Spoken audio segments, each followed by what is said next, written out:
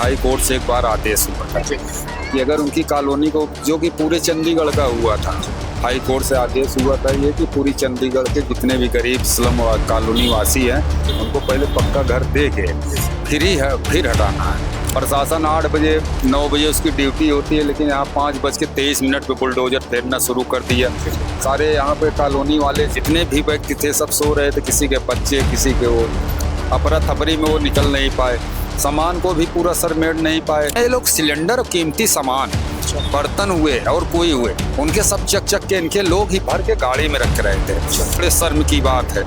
इनको एक तो घर के पास नहीं जाने दिया जा रहा है, ऊपर प्रशासन के बंदे इनका सामान चक के पूरा चोरी कर रहे हैं सरेआम दिन दहाड़े।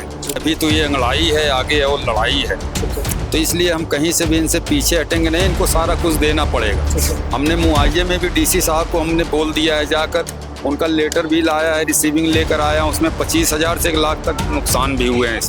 2006 पॉलिसी पक्की नहीं है। चंडीगढ़ प्रदेश हेरिटेज एरिया नहीं है। ये लोग अपनी मनमानी आपस में मिलकर, सारी लोग जो कहने मतलब गलत तरीके से जो शासन प्रशासन चलाने वाले लोग हैं, ये लोग मिलकर एक ब्रेक लगा के रखे हैं, पूरा चंडीगढ़ का विकास रोक के रखे हैं। केंद्र सरकार वो डंका पीटती है, विकास का डंका पीटती है, गरीबी हटाओ। हमारी कॉलोनी को तोड़ा गया 23 तक इनको पॉलिसी बनाना पड़ेगा। और इनको यही नहीं, इनको एक चम्मच गायब हुआ है, उस चम्मच का हिसाब भी देना होगा चंडीगढ़ प्रशासन को।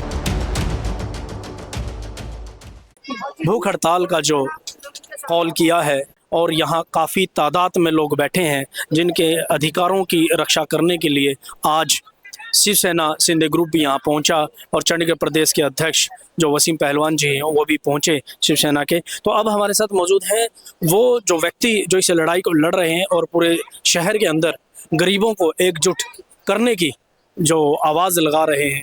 और मैं उनसे पूछता हूँ कि सर, सबसे पहले तो आपको नमस्कार। नमस्कार। क्या नाम है सर?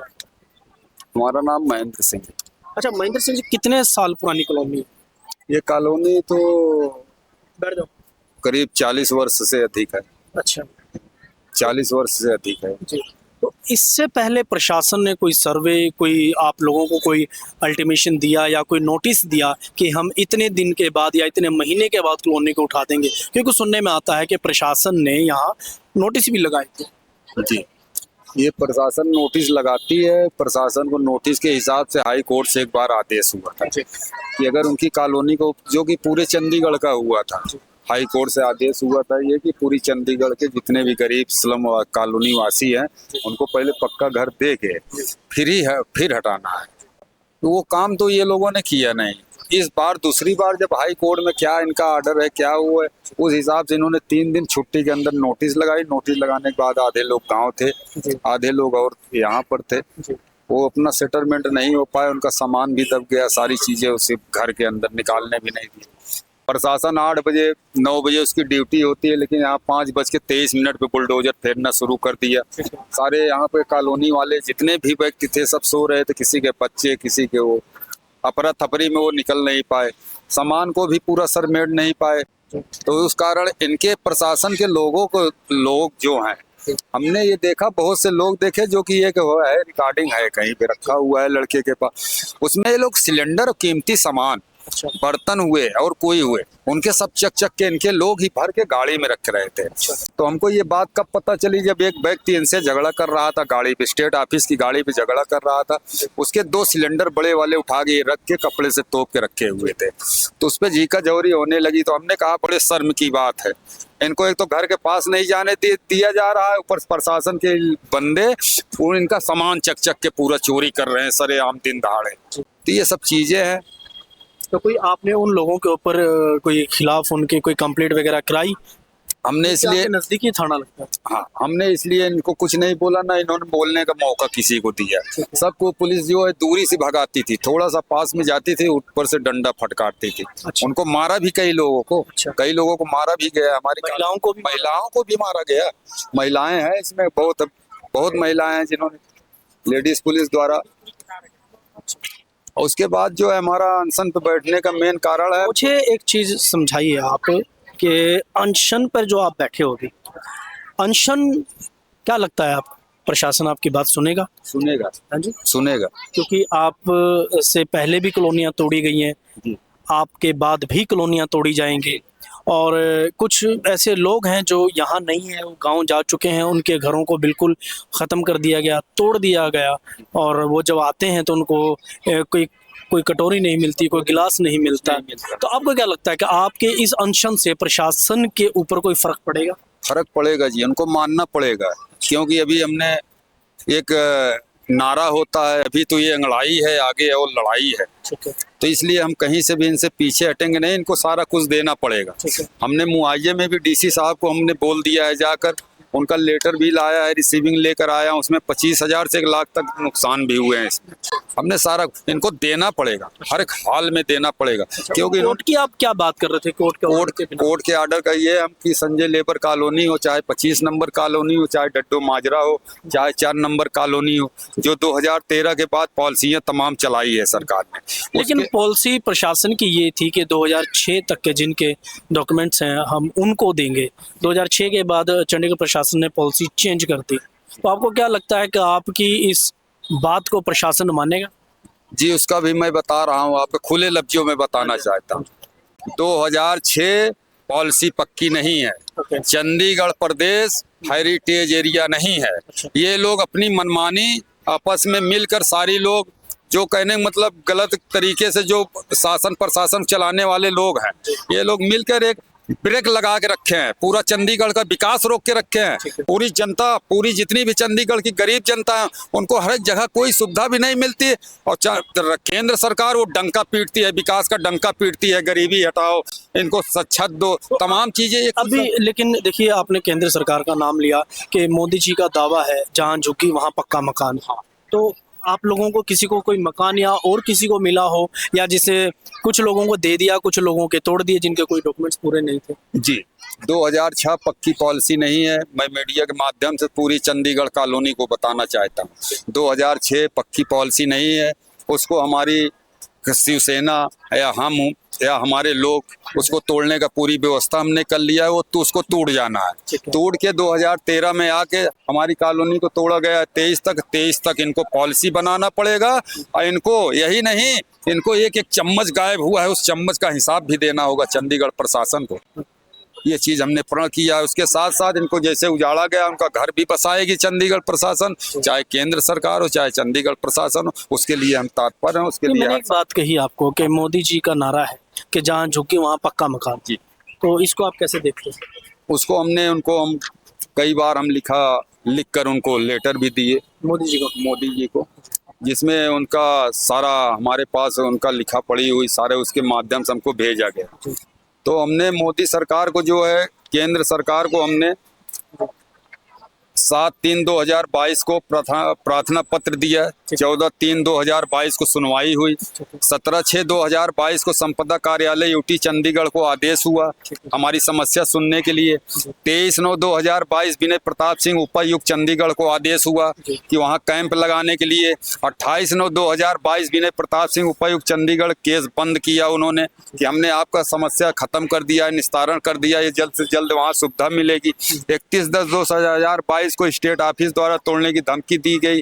फिर प्रधानमंत्री जी को प्रार्थना पत्र लिखा गया, उसमें भी आदेश हुआ। अधीक्षक colony, joint commissioner, MC Chandigarh, housing board, इनको आदेश किया गया कि इस पर विचार किया जाए, यहाँ पर जो उनकी मूलभूत समस्याएं हैं उसे वो कॉलोनी वासियों को दिया जाए। मतलब कहने का भाव ये है आपका कि जब सेंटर से इनको लेटर आ जाता है तो चंडीगढ़ प्रशासन सेंटर की भी नहीं सुनता, जिसमें कि चंडीगढ़ सेंटर के अधीन। जी, नहीं सुनता, नहीं सुन रहा है, वो अपनी मनमानियां कर रहा है। 2006 की बायोमेट्रिक ऐसा कुछ नहीं है। केंद्र सरकार का खुद कहना है जहाँ आरक्षित जमीन है उस पे उस निगाह से देखी जाए, जहाँ आरक्षित जमीन है उस हिसाब से देखी जाए। ऐसे तो केंद्र सरकार अभी दिल्ली में भी झुकी झोपड़ियां सब उखाड़ दे। एक हम आपको बताना चाहते हैं मीडिया के माध्यम से, सारे देश के अंदर बड़े बड़े गांव है, बड़ी बड़ी कॉलोनियां हैं, लेकिन एक हमारी कॉलोनी ऐसी कॉलोनी थी जो है संजय लेबर कॉलोनी, कि जो कि चारों के दफ्तर में बीचों बीच बची थी, जो कि इंडस्ट्रीज एरिया है। यहाँ लेबरों की हर चीज की जरूरत होती है, यहाँ पर लेबर बसाया जाना चाहिए। लेबर के लिए इनको तो कोई ऐसा सिस्टम निकालना चाहिए, बीजेपी गवर्नमेंट हो या कोई गवर्नमेंट हो या प्रशासन हो, चंडीगढ़ प्रशासन हो, कहने मतलब इनको ऐसा सिस्टम निकालना चाहिए कि लेबर को एक स्थायी कहीं कर दिया जाए। ताकि वो भी रखे, प्रशासन का नाम अगले इतिहास में लिखा जाए। लेकिन इन्होंने इतना घिनौना काम किया है कि इनकी जिंदगी एक जानवर से बदतर भी कर दिया। अच्छा, एक चीज़ और बताइए आप मुझे। देखिए, मैं इस समय आपसे एक मीडिया वाली बात नहीं कर रहा, मैं आपके दुख को समझने की कोशिश कर रहा हूँ, क्योंकि ये सब हमारा परिवार है, ये चंडीगढ़ के लोग हैं और हम चंडीगढ़ से हैं। तो चंडीगढ़ की जो दुखों की, जो लोगों की जो पीड़ा है, वो ख़त्म होने का नाम नहीं ले रही। अच्छा, आप मुझे एक चीज़ बताइए आप कि यहाँ पर इतनी राजनीतिक पार्टियां हैं, इतने राजनीतिक लोग हैं, आपको क्या लगा कि शिवसेना आपका जो आपको हकों की आवाज़ उठा सके? क्योंकि चंडीगढ़ का शिवसेना का कोई यहाँ प्रशासन नहीं है, कोई अधिकारी नहीं है, तो कैसे आपको लगता है? जी, शिवसेना तो सालों का काम जो है सेकंडों में खत्म करती है। ये आंखों से देखी ही बात करता हूँ। हम महाराष्ट्र तक शिवसेना के साथ दीगे, आनंद दीगे जी के साथ और बाला साहब ठाकरे के साथ हमने बहुत मीटिंगें की हैं, वहाँ भी उनके साथ हरदम वो रहे। लेकिन कोई भी असंभव को संभव करना शिवसेना का ये पेशा है। और शिवसेना का अगर कहने का मतलब शिवसेना को या हमारी पार्टी या हमारी गरीब जनता को जल्द से जल्द ये लोग न्याय दे दें। अगर न्याय नहीं देते हैं तो उसका उत्तरदायित्व, उसका जो कुछ भी बनता है परिणाम, जो कुछ होता है, सारी चंडीगढ़ प्रशासन से लेकर शासन तक यही लोग हो चुके। और कोई राजनीतिक पार्टी के लोग, जैसे यहाँ पे भाजपा भी बैठी है और एमसी के अंदर मेयर आज भाजपा का है और सांसद कांग्रेस पार्टी का है, और कहीं ना कहीं यहाँ पे आम आदमी भी पार्टी है, काफी काउंसलर उनके हैं। तो उन तीनों पार्टियों से आपके दुख को कोई समझने के लिए, इस कॉलोनी को रुकवाने के लिए कोई पहुंचा? कोई नहीं। उसमें तो अब आप पूछ रहे हैं, मीडिया के माध्यम से हम बता ही देता हूँ, जनता को भी मालूम पड़ना चाहिए। इसमें ये लोग ना आपस में एक जनता की सुनने के बजाय ना ये आपस में एक दूसरे राजनीतिक पार्टियां खुद ही लड़ रही हैं। इनसे खुद ही नहीं बैठा जा रहा है। उसके किसी को उसके जीतने से तकलीफ है, किसी को हारने से तकलीफ है। और इसमें जो है ये लोग अपना फायदा उठाने के लिए, क्या बीजेपी सरकार चाहती, बीजेपी सरकार गवर्नर को फोन करा देती, सारी कॉलोनियां रुक जाती। लेकिन आपने कहा कि सरकार चाहती तो गवर्नर को फोन करा सकती थी, और आपने एक बात ये भी बोली है कि शिवसेना एक ऐसी पार्टी है, अगर अपनी बात पे आ जाए तो कुछ भी कर सकती है। तो उस समय आपने कॉलोनी रुकवाने के लिए शिवसेना को क्यों नहीं याद किया जी, जब आपकी कॉलोनी तोड़ी जा रही? जी, वहां से आश्वासन थोड़ा दिया गया कि अगर कोई बात फंसती है तो हम गवर्नर को फोन कर देंगे। अच्छा, लेकिन तो फंसती क्या? आपकी तो पूरी कॉलोनी को नेस्त नाबूद कर दिया गया। हाँ, कर ही दिया। तो आपने उस समय क्यों नहीं शिवसेना को फोन किया जब आपकी कॉलोनी तोड़ी जा रही थी? उस समय थोड़ा हम सहारे में रह गए। कुछ जनता भी विश्वास करती थी मनीष तिवारी जी को। अच्छा, और बीजेपी को भी। अच्छा, मनीष तिवारी जी के लोग आपके पास आए? हाँ, आए थे। उन्होंने आश्वासन दिया आपको? हम भी गए। अच्छा, इनको उनके साथ भी गए। ठीक है। हमने कोई पार्टी का वो नहीं देखा, कौन पार्टी क्या है क्या नहीं। हमको इनके गरीबों तरस आने लगा, हम उसी समय दौड़ने लगे इनके साथ साथ में। फिर हमको कोई हल नहीं, हमने तो देखा इनको तो सारा एकदम से पूरा सब कुछ खत्म करके इनको एकदम वो कर दिया। ये अब ये कहीं के नहीं रह जाते हैं, ऐसी पोजीशन कर दिया। अच्छा, मुझे एक और बताइए आप, अगर आपकी ये जो अनशन आपने अभी 21 मई से शुरू किया है, ये कब तक चलेगा? जी, अभी एक महीना 20 दिन ये चलेगा। अच्छा, 1 महीना 20 दिन इसको। इसके बीच में अगर प्रशासन आपकी सुध बुध नहीं लेता, फिर सुध बुध नहीं लेता, हम उसको सुध बुध लेने के लिए मजबूर कर देंगे। तब तक हम कार्रवाइयाँ करा देंगे, ये हम वादा करता हूँ जनता से। और इसमें 25 कॉलोनी नंबर 25, कॉलोनी नंबर 4, जितनी भी कॉलोनियां हैं, जितने के साथ गलत काम हुआ है, जितने के साथ उत्पीड़न की शोषण किया गया है उनका, हम उनको सारे को हम समेट लेंगे। अपने साथ हम जोड़ के कंधे से कंधे मिलाकर इस लड़ाई को इतना आसान कर देंगे। चंडीगढ़ प्रशासन और सारे भी जितने भी हैं उनको भारी पड़ेगा, ये वो ध्यान में रखें। तो संजय कॉलोनी से महेंद्र सिंह जी जो 21 मई से भूख हड़ताल इन्होंने जो कॉल किया है अभी सभी को और सभी कॉलोनियों को एक साथ जोड़ने का काम किया है, और चंडीगढ़ के लोग जिनकी जहाँ जहाँ कॉलोनियाँ हैं उन सभी लोगों से, उन सभी कॉलोनियों से अपील कर रहे हैं कि एक मुट्ठी होकर हम अपनी से लड़ाई को लड़ें और अपने जो हकों की लड़ाई है और जो अपने हक है वो चंडीगढ़ प्रशासन से हम लेके रहें। चाहे इसमें कांग्रेस हो, चाहे बीजेपी हो या आम आदमी पार्टी हो, सभी आज इस शहर के अंदर राज कर रही हैं, चाहे वो एमसी के द्वारा कर रही हो या प्रशासन के द्वारा कर रही हो या पार्षदों के द्वारा कर रही हो या सांसद के द्वारा कर रही हो या गवर्नर के द्वारा कर रही हो। लेकिन गरीबों की सुध बुध लेने के लिए प्रशासन के पास समय नहीं है। मुझे समझ में नहीं आता कि इस शहर के अंदर सिर्फ गरीब लोगों को टारगेट क्यों किया जाता है, चाहे वो गटर का काम करते हो, चाहे वो सफाई करने का काम करते हो, जब शहर के अंदर इस कदर कूड़ा हो जाता है तब इन लोगों को बुलाया जाता है। शहर के अंदर जब कोई गाय मर जाती है या कोई पशु पक्षी मर जाता है तब इन लोगों को बुलाया जाता है।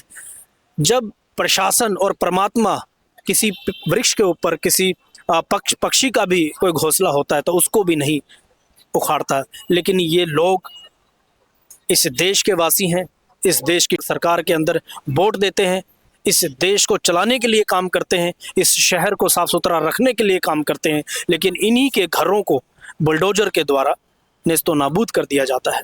तो ऐसा क्यों? ये अपने बच्चों को लेकर इस गर्मी के अंदर कहाँ जाएंगे, इनकी स्कूल की व्यवस्था क्या रहेगी, इनके खाने पीने की व्यवस्था क्या रहेगी? क्योंकि अभी इन्होंने बताया कि प्रशासन के लोग इनके कीमती सामान को कब्जा कर रहे थे, इनके सिलेंडरों को कब्जा कर रहे थे, इनकी बहन बेटियों को मारा जा रहा था। तो क्यों नहीं चंडीगढ़ प्रशासन और इस देश की सरकार इस देश के गरीब लोगों को शायद यहाँ से निकालना नहीं, ख़त्म करना चाहती है? तो मैं अजमेर सिंह, हमारी पूरी सहानुभूति संजय कॉलोनी के लोगों के साथ है और जितनी भी कॉलोनियाँ सबके साथ हम खड़े रहेंगे और पल पल की खबर आपको देते रहेंगे। मैं अजमेर सिंह, वीर भारत समाचार से नमस्कार।